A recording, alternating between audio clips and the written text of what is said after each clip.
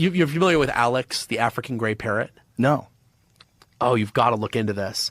I mean, maybe you could even get one of his trainers on the show. So Alex, the African gray parrots are probably the smartest bird. Definitely one of the smartest animals. Right up there with crows or ravens? Smarter. They're very, very smart. They can talk. They can reason. Alex the parrot was a uniquely smart African gray parrot. By the way, African grays are usually not kept in captivity just because they're such a handful. There we go. That's out. There's Alex. They're a handful because they're so intelligent? It's like dogs that need to be exercised. Oh, they like need to be a German intellectually Shepherd. stimulated. Oh. And most people just don't have the time to keep an African gray properly stimulated. So they get depressed. They self-harm. So they're not recommended as a beginner parrot by any means. Now, Alex was interesting because he had a vocabulary. He understood grammar. And he is one of the only animal who asked an existential question. I'm gonna burn in hell.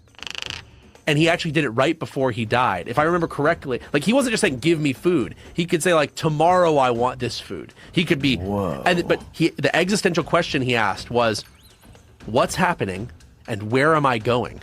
Which is, and he had never asked those questions before. They were brand new, formulated questions that he asked very shortly before he passed. And so there's a lot of, now here's the other cool part. He's got a bird brain. He has a tiny little brain, and yet it has all that capacity. You've probably heard of people who have lost huge chunks of their brain and they reprogram and they seem to get by. Mm-hmm.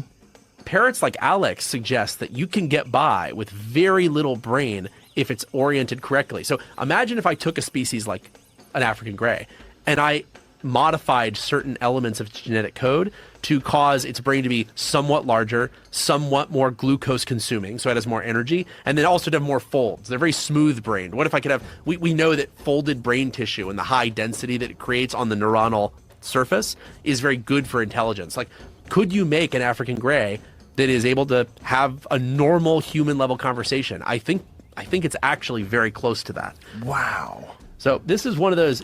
How many? Come on, can you tell me how many? 2.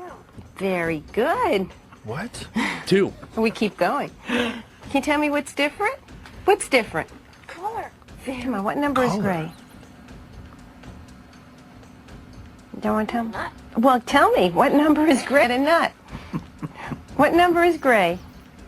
4. Very good. Holy good boy. shit, man. Right.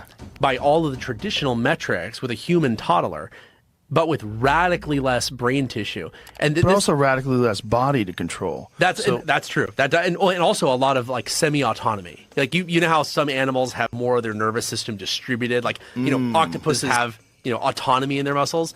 It's actually similar for a lot of animals. And so one of the reasons I've always found AI so interesting is not just what we can do with AI, but learning how.